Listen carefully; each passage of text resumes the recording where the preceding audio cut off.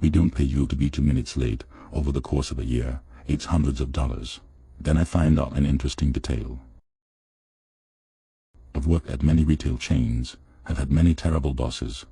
Here's one story I think I can give up without any repercussions.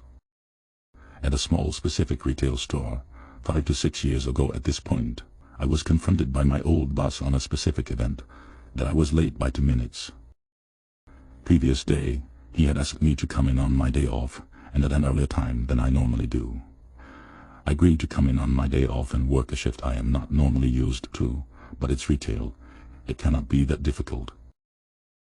My old boss asked me to work 7 a.m. to 4 p.m. and I showed up at 7:02 a.m., which in my state, there is a 5-minute window for everyone, and this was 100% not a habit of mine at all. I'm normally one to show up 5 minutes early every day and wait aside at the time clock. I clocked on and walked to my department with a drink I had already purchased the previous day. As I walked into the department, the manager greeted me then said, "When I schedule you at 7 a.m., I expect you to be in department by 7 a.m., not a minute later. We can pay you to clock on by something and then start working."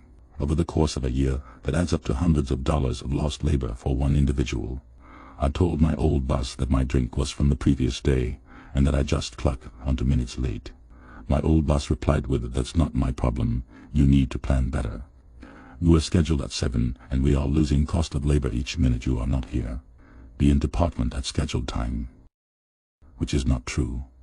I spoke regularly with a payroll employee, and she explained to me quite some time prior. And she were that the company does not pay you 3 minutes before or after your scheduled time. So if you clock on at 7 a.m., you are not getting paid until 7:03 a.m. If you clock on at 6:57 a.m., you are not getting paid until 7 a.m. Same for when you return from lunch. However, if you clock on at 7:04, after the 3-minute window, you begin getting paid immediately that minute. My boss was right. I need to plan better. I asked for a printout of my time stamps going back as far as they had record of, and I tallied up each day that I had arrived 3 minutes early and did not get paid for it. I counted well over 330 minutes within a 3-month span that I was not getting paid for, which ended up being a little over $110. I gave my old boss a copy and said, "You can pay me for these dates where I was in department on the dot without getting paid for it." My old boss then replied, "That's not how our company policy works." He then went into detail to explain to me exactly what I had already known and gave him a copy of. Yet my old boss is now recognizing that he's contradicted himself and willingly lied to me when everything clicked in his head that he's contradicted himself. It was far too obvious because his face went bright red and he started smiling.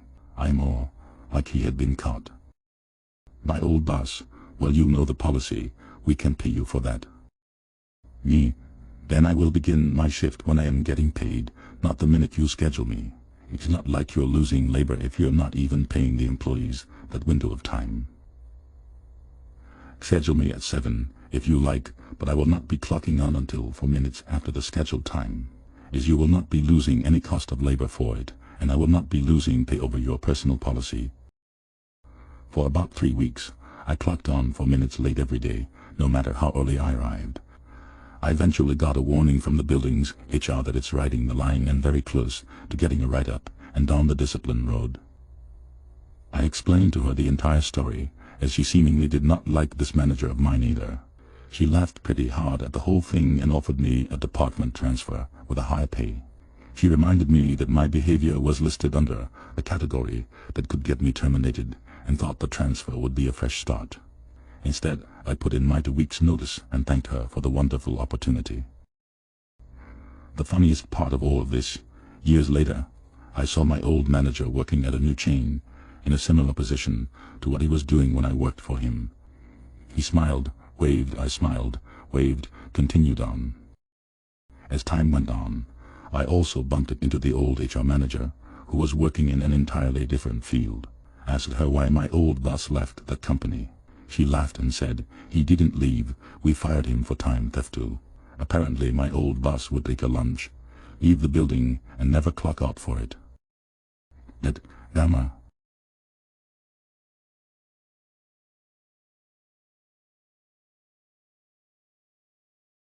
You say that your order is less than a kilo.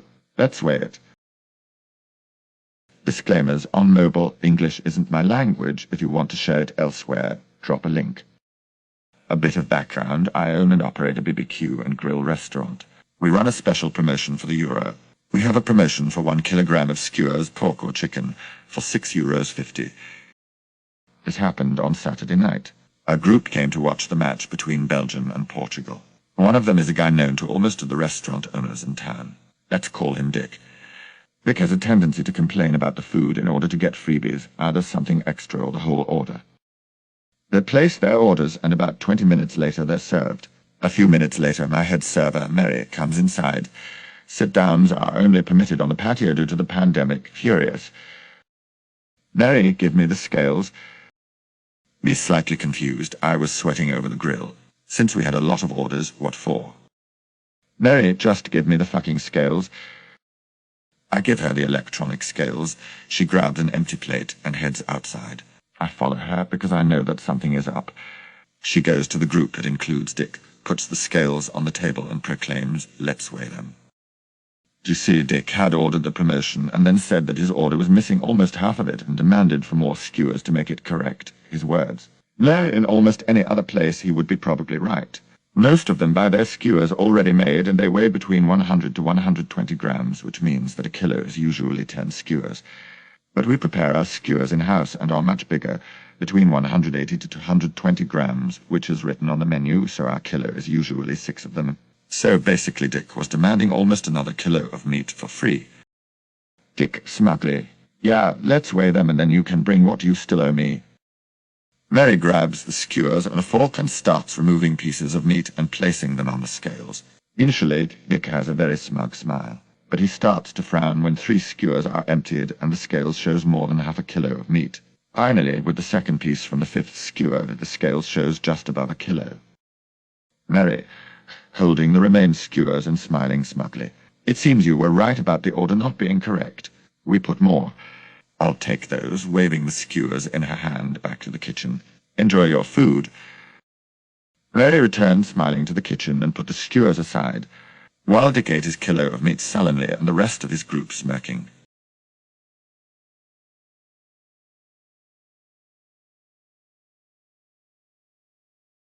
He sure tried to get rid of my dad right before he was able to get his pension.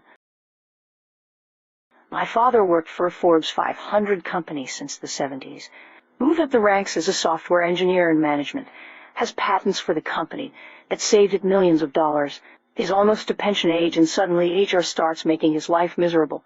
He noticed this trend was happening to some of his coworkers when they were getting close to age 60 as well. HR lady calls him into the office and says that he was not punching in and out at the correct time. My father, an engineer, is very detail-oriented. He knew that these were false accusations and asked HR to prove it. They came back a week later and couldn't prove it. And he said, "Of course you can't. I have been driving the corporate carpool bus from a major city 40 miles away from the company for the last 15 years. I'll always have 16 witnesses on my clock in time, and I haven't been late in 15 years. HR lady came back a week later and they said that they were going to fire him for letting people into the building without badging. He asked to see where he was letting someone into the building without badging. They showed that he held the door for his best friend, who had also been working there since the 70s, who had his foot cut off after having type 2 diabetes. He was in a wheelchair. Prior to this, my dad took the chief of security out for lunch and told him about how this company wanted him to leave before he got his pension, so he got some footage of his own. My dad said that is very interesting. You are going to fire me for holding the door for my best friend of 35 years after his foot was amputated and he was in a wheelchair. Fine, then I hope you fire the CEO and yourself as well. He then proceeded to show footage of the HR lady holding the door for his friend and the CEO holding the door for his friend. My father ended up staying there until he got his pension. Edit, I don't know his finances and he probably wouldn't have lost the whole pension. But there was a definite financial difference from being fired prior to reaching age 60 and making it to age 60. Edit 2, so this blew up so much that my brother, who didn't know I was on Reddit, texted me and said, "You're Reddit famous. That's a story about Dad. I knew this was you. Also, some of you are wondering why a software engineer would have to clock in and out. Well, he didn't.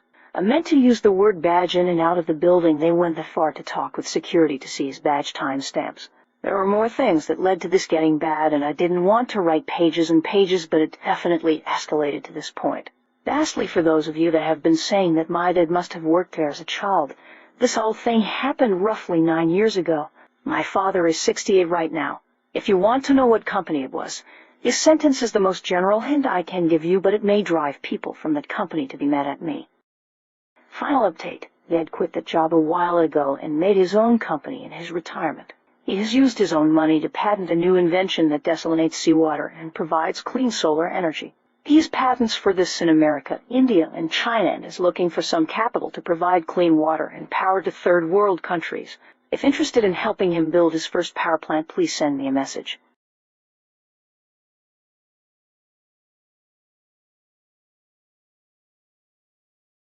Check out my other excellent videos.